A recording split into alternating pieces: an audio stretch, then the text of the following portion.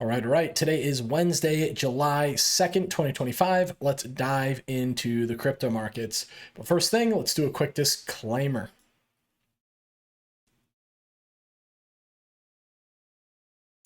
All right, let's have an amazing session today. So first thing I want to talk about is how the total crypto market is shaping up on the daily time frame.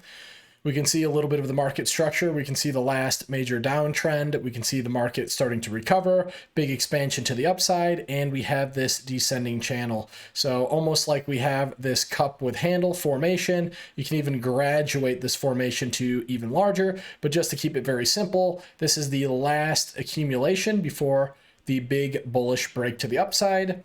Looks like the total crypto market has just consolidated down here to get a little bit more efficient market structure. Over here in May 2025, this was a big bullish move in the market.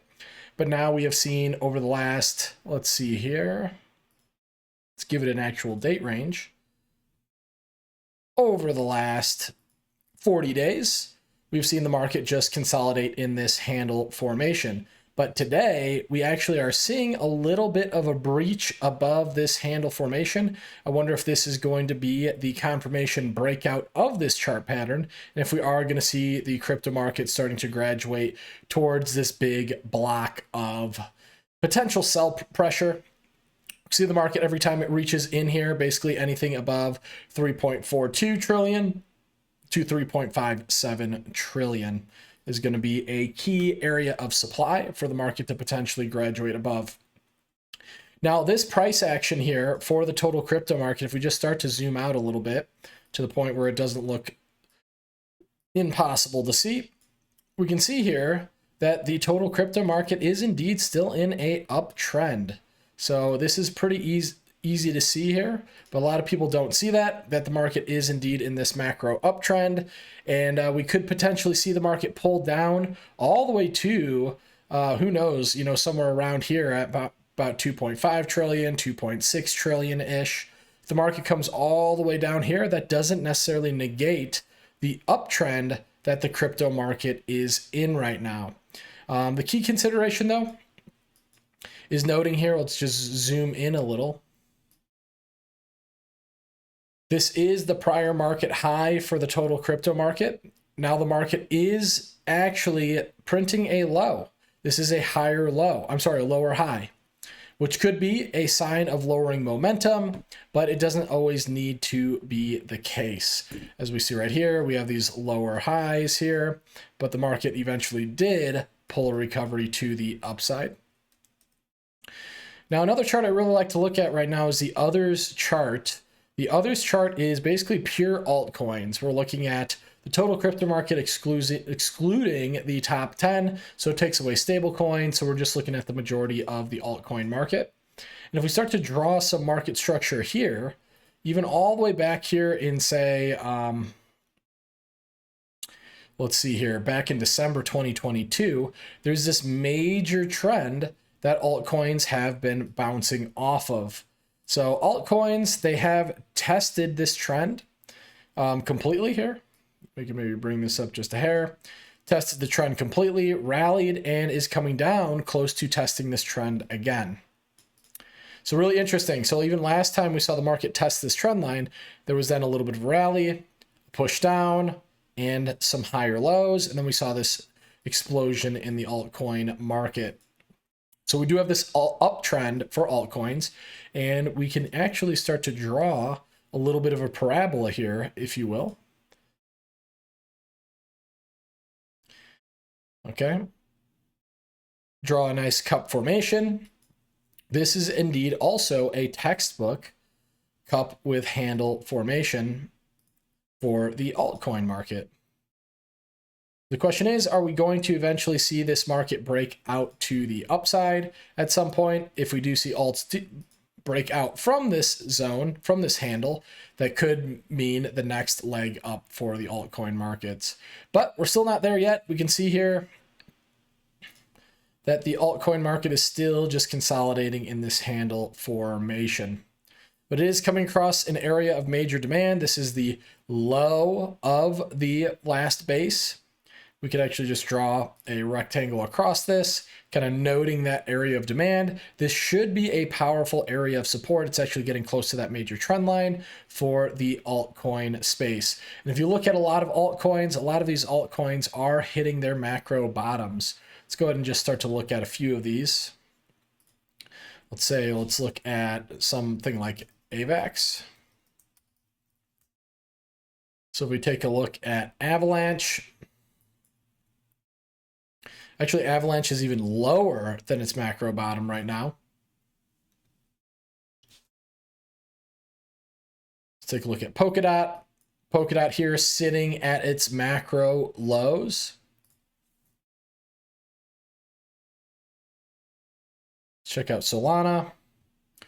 Solana seems to have hit its macro lows too, kind of sitting in this big area of consolidation again, actually swept the lows. It's actually conducive to see that a lot of times. This is actually going to shake out a lot of the leveraged longs that have built up all the way over here for Solana. Big liquidity sweep, and now we have a higher low for Solana forming. Potentially seeing this ascending triangle formation. We go into Bitcoin. Bitcoin is actually looking like it's actually breaking out of its textbook cup with handle formation. So we can see here, this is the prior all-time high for Bitcoin. We're just looking at the close here, so around $107,000. The market sold off, found this double bottom, sprang back up, and attempted to break out of the cup formation, had this nice handle, and as we can see right now, the market is pressing on the upside of the upper band. I wonder if we do see that breakout out of this consolidation, could we potentially see an equal measured move from base to neckline at the breakout of the neckline, which would actually lead Bitcoin for an equal measured move, this isn't a guarantee, to $139,000 if Bitcoin wants to make a equal measured move. So we can just take a look at the last time Bitcoin made such a move. So let's just go ahead and grab this parabola right here, or this arc, however you want to call this cup. All right, let's draw this out. Might be a little rough here, but we're going to make it. So we're just going to grab the low to the high of this cup breakout. Let's go ahead and grab the low right here. And let's grab a line. Okay. Let's start to check out what this might look like. Boom. So this equal measured move absolutely happened for Bitcoin. Sorry, let me change this color.